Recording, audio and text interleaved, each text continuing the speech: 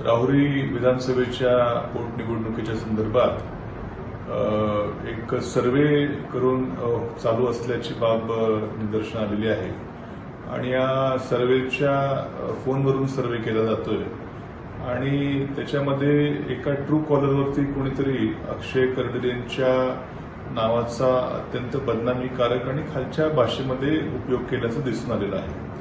ज्यांनी कोणी हे कृत्य केलं असेल त्याचा मी कठोर शब्दामध्ये निषेध करतो आणि याचा पोलिसांनी देखील तात्काळ तपास लावावा आणि त्याच्यावरती कठोरातली कठोर कारवाई अशी करावी.